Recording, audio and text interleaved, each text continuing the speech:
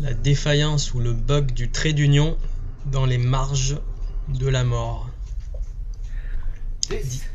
Ceci est le manuel de style de Chicago, 17e édition.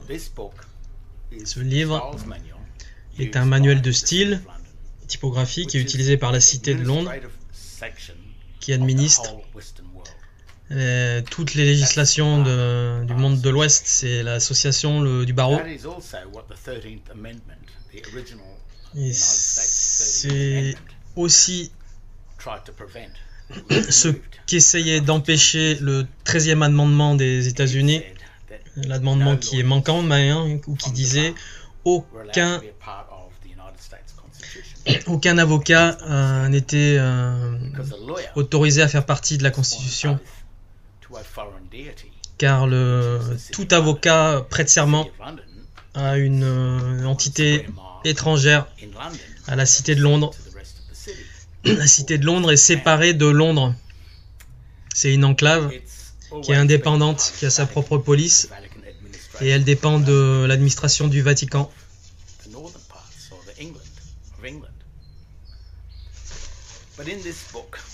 Donc dans ce livre,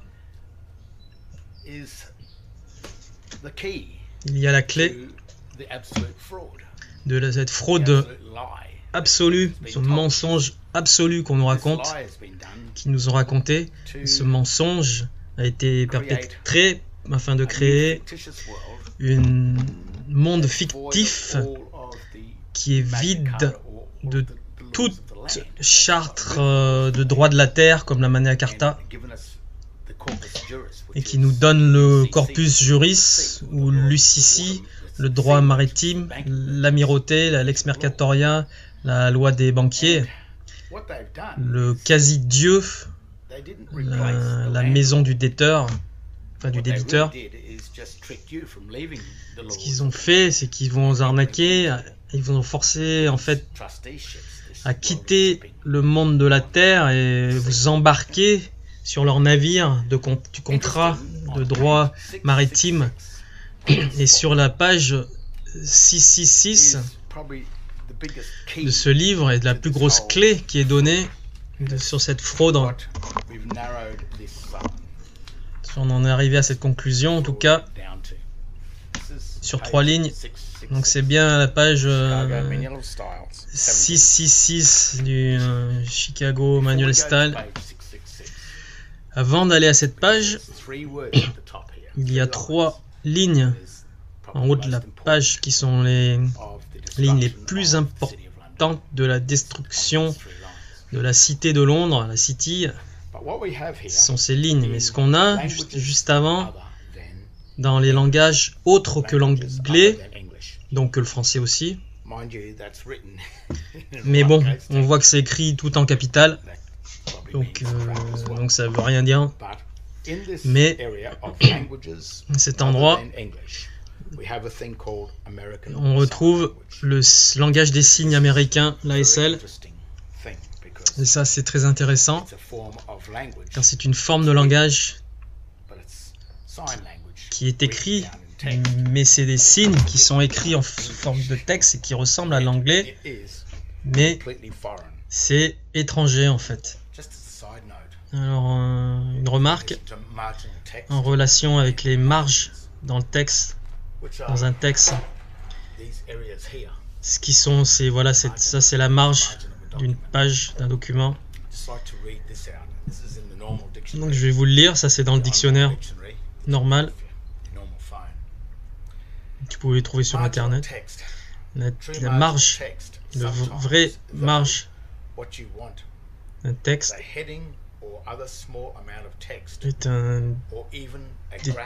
est des textes, des graphiques, symboliques, qui est vraiment et complètement dans la marge.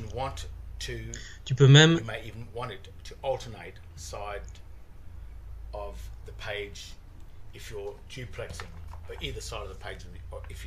tu peux mettre dans les deux côtés de la marge. Ce qu'ils disent en fait, c'est que le texte dans la marge doit être complètement séparé, est complètement séparé de ce qu'il y a dans le document.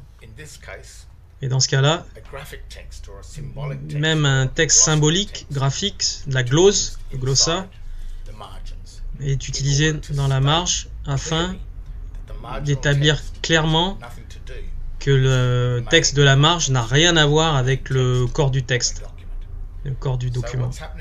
Donc ce qui se passe dans la marge est l'administration administrative d'une page.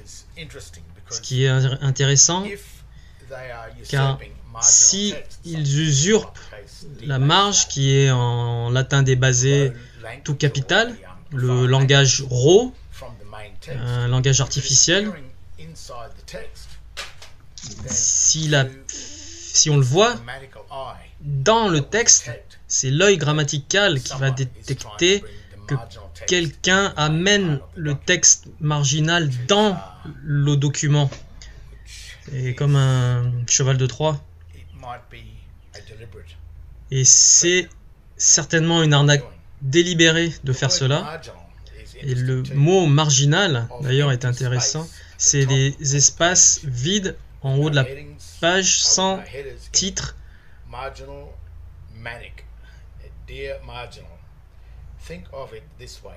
Pensez-le de cette façon, c'est une marge qui est par définition fait partie de la page en dehors du corps du texte. Donc il n'a rien à voir avec le partie principale du corps du document. Ne fait pas partie du corps du texte de la page ou du document. Donc si tu as un texte en marge, marginal, d'un document, comme on le voit ici sur l'acte de naissance de Romley, père du fils, les enfants morts, enfants, certificat de naissance, même ici, 3 ans, c'est marqué en lettres capitales, c'est glosé, et donc ça fait partie de la marge. Donc il n'existe pas dans le corps du cerf, donc c'est une punition de 3 ans, une fiction. Mais si tu ne le sais pas, si tu ne connais pas le texte marginal, et que tu le laisses dans le contexte de la page, tu assumes, tu fais une présomption que le contrat lit cela alors qu'il ne dit pas cela. Mais pourquoi font-ils cela? Pourquoi qu'ils amènent le texte, la marge, dans le texte principal? C'est peut-être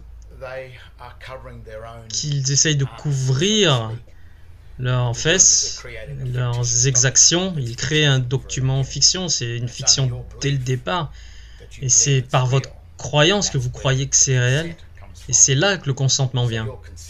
Donc tu consens à cette fiction, mais la raison que tu consens, c'est parce que grammatiquement, de comprendre ce document, c'est compliqué parce que c'est caché et occulté.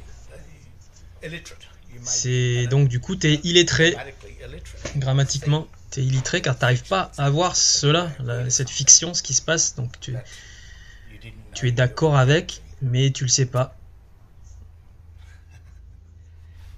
Maintenant, le langage des signes américain, l'ASL, est un langage étranger, est appelé la glose de la glose, glossa.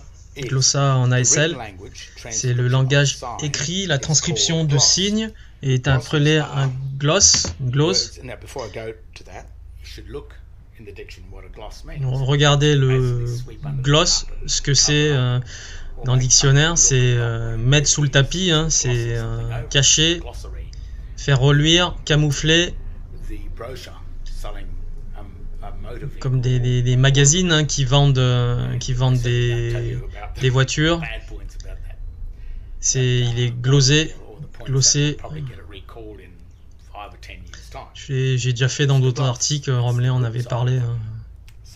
Toutes les définitions y sont. Donc le gloss dans ASL est la transcription d'un signe.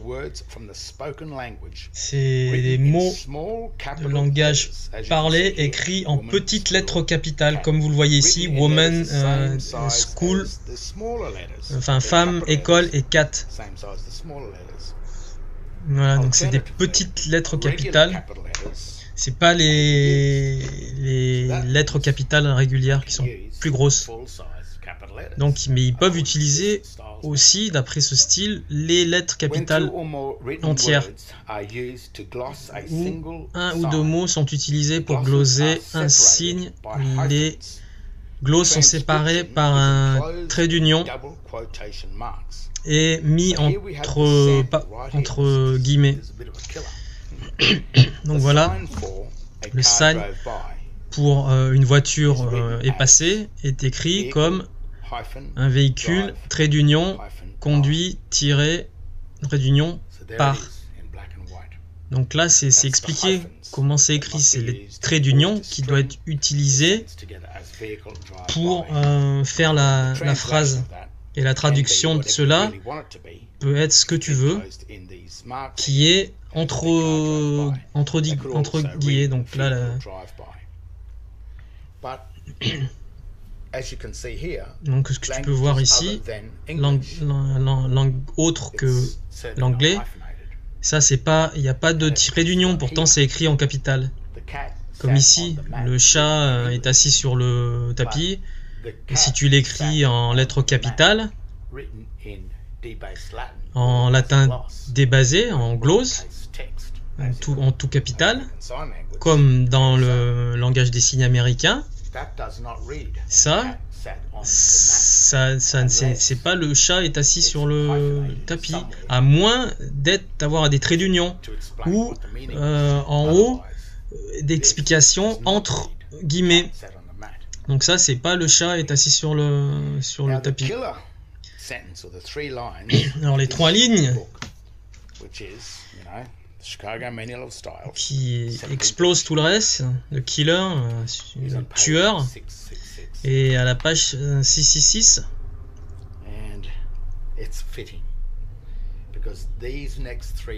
Ces trois lignes expliquent la fraude. Mais pour trouver ces trois lignes, cela m'a pris 7 ans de bataille, d'un voyage, de trouver cela.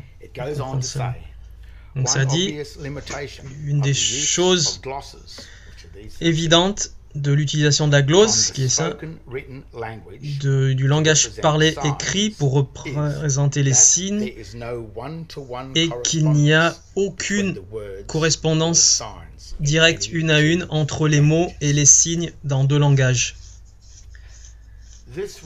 Donc cet écrit n'a aucune correspondance avec cet écrit.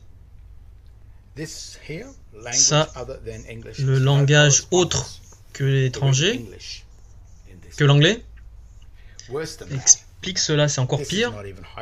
Ça, c'est même pas, il n'y a même pas de trait d'union ici. Alors que là, cela explique que si tu veux qu'il y ait une signification, alors tu dois suivre cette grammaire et ce format de trait d'union. Sinon, c'est fini. Donc on en arrive à ces choses. Les actes de naissance, ça c'est le certificat de naissance. L'acte de naissance, donc la naissance de la corporation, du nom, qui est la cité de Londres. Et celui-là en dessous, qui est l'acte de naissance de l'État. Donc ils attachent le débit. Ça c'est le premier débiteur d'Australie qui dit on va être votre premier débiteur. Quand on est des bébés, ils nous donnent cela. C'est pour ça que ça prend autant de temps de trouver cela, car personne ne nous dit rien et nos parents ne le savaient pas non plus quand ils ont fait cela, quand ils ont signé l'acte de naissance.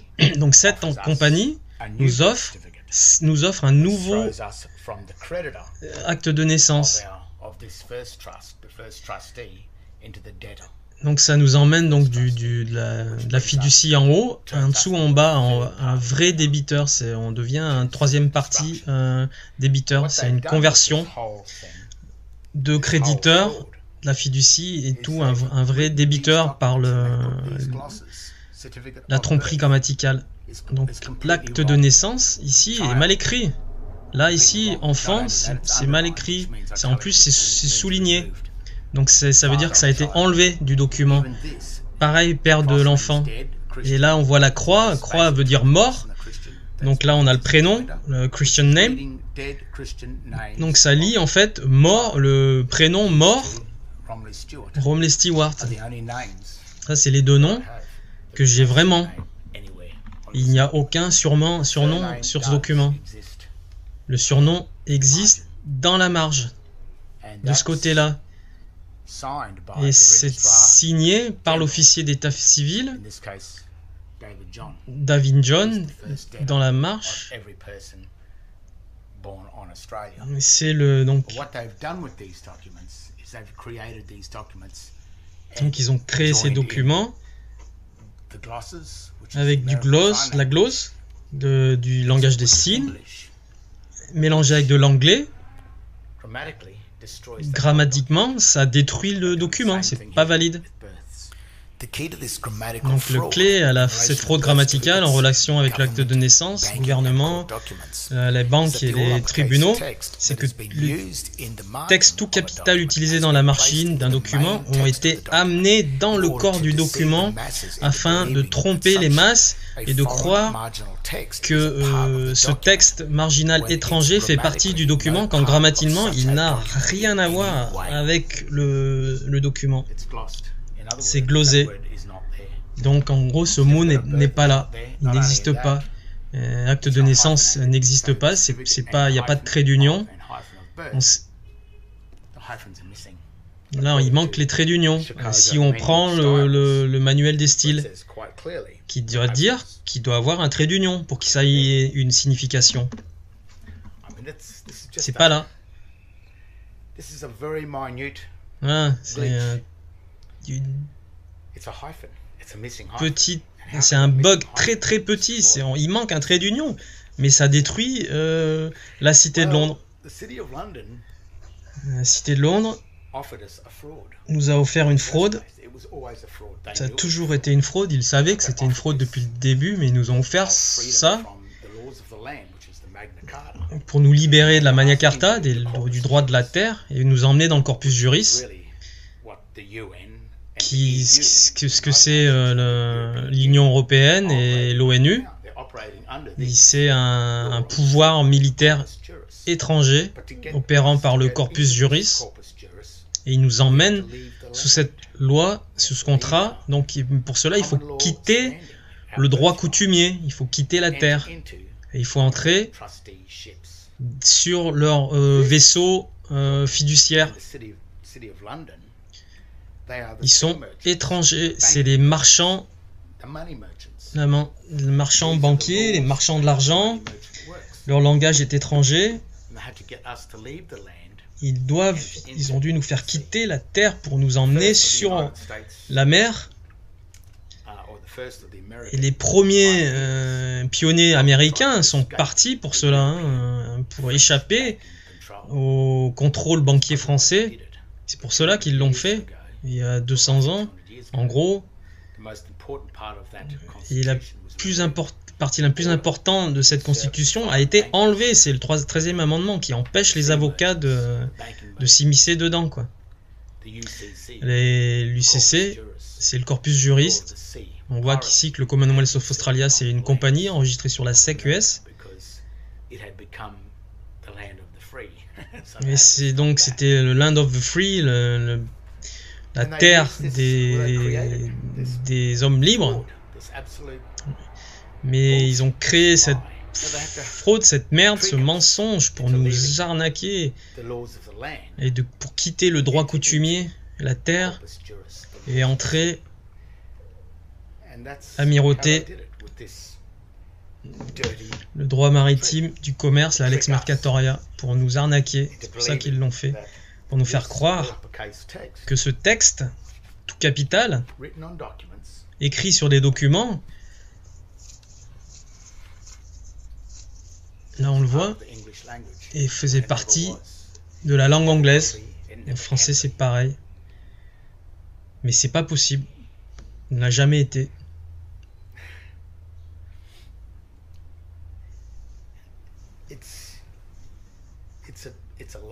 C'est un mensonge.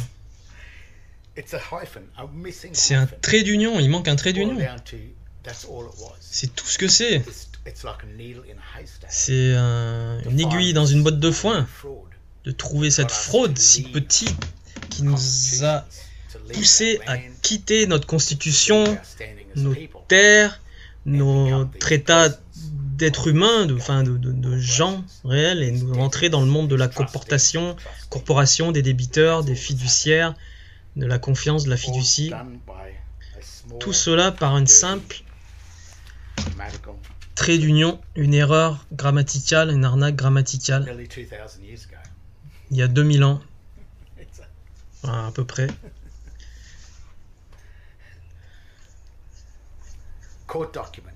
Les tribunaux, les documents de tribunaux, tous documents, tous vos cartes, les comptes bancaires, cartes de crédit, cartes de débit, tout dedans, votre nom,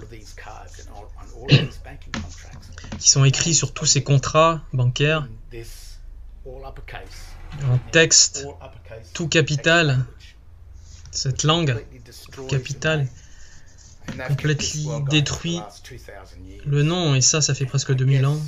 Et je pense que tu peux finir, mais il faut sortir du monde du débiteur. Il faut que tu te débarrasses, tu lâches prise sur tous ces titres légaux, juridiques, et tu dois revenir à ton vrai prénom. C'est le seul nom que tu as qui est sur l'acte de naissance, même si l'acte est d'une fraude. Le nom John Henry Doe, qui n'est pas écrit comme un vrai nom, là c'est de l'anglais, mais en capital, il existe dans la marge de l'acte de naissance. En France, c'est sur le côté gauche, hein, la marge elle est sur le côté gauche de l'acte de naissance. Et ça, c'est la partie administrative de la page, c'est pas le contexte, c'est l'administration de toute la page. Ça enferme la page, en fait, ça crée une ferme. Hein. Et donc l'officier d'état civil, lui, détient le nom John Henry Doe sous sa protection. C'est le fiduciaire, la personne de confiance. Il détient, il a emprisonné ce nom. Et toi, si tu dis que tu es ce nom, tu deviens la propriété de l'état civil.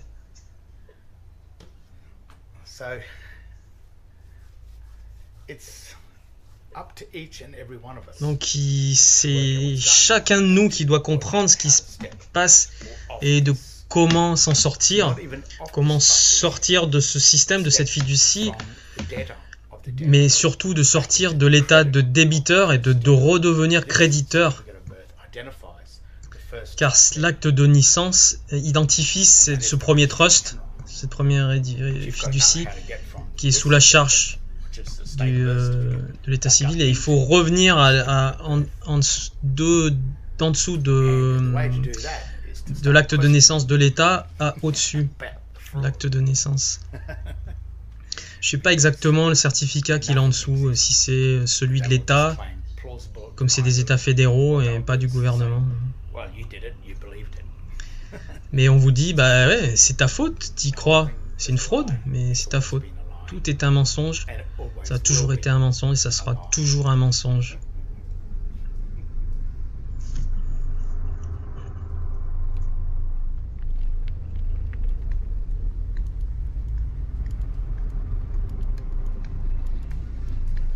Le purgatoire existe dans la marge du contrat.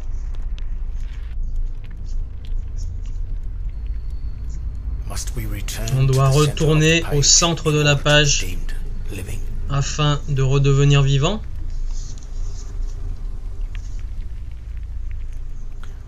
Sommes-nous tous gouvernés par les 4 côtés de la page, le monde du monde plat, où les contrats écrits, où la grammaire est le maître, la grammaire est Dieu.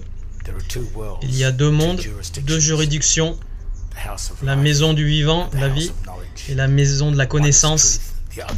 L'une est vraie et l'autre est un mensonge, mais les 2 existent sur papier. Il y a 2 langages.